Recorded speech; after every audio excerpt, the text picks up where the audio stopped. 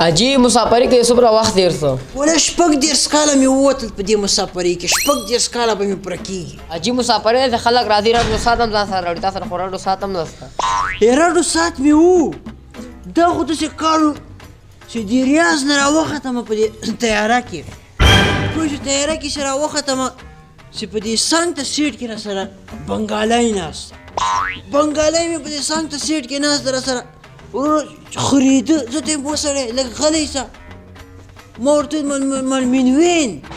ویا انا البنګاله. مل خو غلی شه شور مه کوه، بس باز یې سره ګرم کړه. ما ته ویل ډېر به نه غږېږي، ما پې مشکل پوه شوې. ما ورته ته خبر دې چاته وکړه؟ بس تیاره کې ورپسې راجګ شو، سړي لاس راواچو، لاس یې ته راواچو. مل هو مل ته ما ته لاس راواچو، ته ما پېژنې؟ ما پېژنې؟ زه د مرکو جرګو سړی یم، زه ما څوک یم؟ مل زه حاجي یم پوه شوې، کلي کور تربور لرم، عزیز لرم.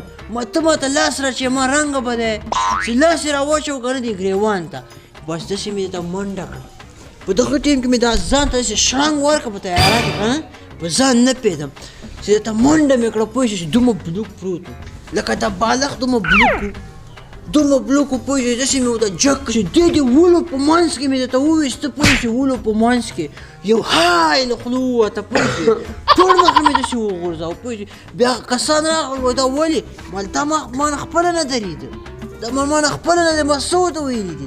ما زه د 500 سړی یم پوه شوې، کلي جرګو د مرکو سړی یم، دا ما ته لاس راشي، دا ما د پښتو دا خو موږ 20 مېړه یو، 2 کلیسې ته تیاره وه، مال دا د موږ سلامته ډله ده، یو نیم سل زلمیانې، دا ټول د ما په امر دي چې ورته مې چې چپه چاته به ویښته نه وو ورسېدلی. دا خو ما 2 کوه چې په تیاره کې په لاس راغلی، دا ما د موږ کلي کې موږ ته په لاس باندې راغلی وای، تاسو سره مال بیا ما کته دي. حاجي پوښتنه مې د راډیو ساعت کوله، ته خو پکې بلې خواته لاړې.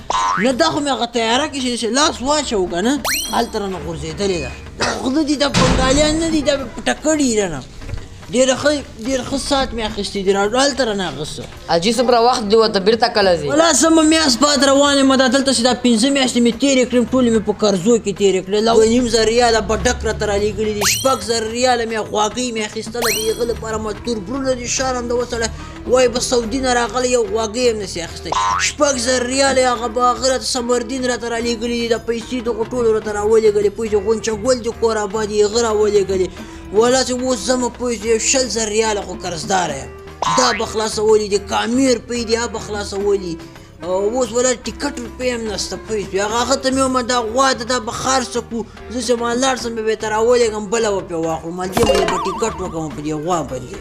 نو چې زمه ولا خدای مې ثواب وکړي. نو څه فایده 10 کاله د عمر کې تېر کړې، یوه دې کې 2 نه کړه، لا زیاتې په قرضدارو کې لګیا یې. نو دې نیمه کوه مسافري ویزه ختمه کړه که نه؟ دا خلک به څه وایي چې ویزه ختمه کړه؟ خلک به څه وایي؟ شرم ده، وایي په ویزه یې وباسله پوه شوې، په دومره په ویزه یې باسلې ده او دی مسافري نسې کوی. ولې زه تاته کم سړی ښکارم؟ زه ولې مسافري نسم کوی؟ دا خلک به څه وایي؟ خلک را پورې خندی ده پیرې. نو خو ټول عمر دې په قرضونو کې تېر کړې، یوه دې کې 2 نه کړه، فایده یې څه؟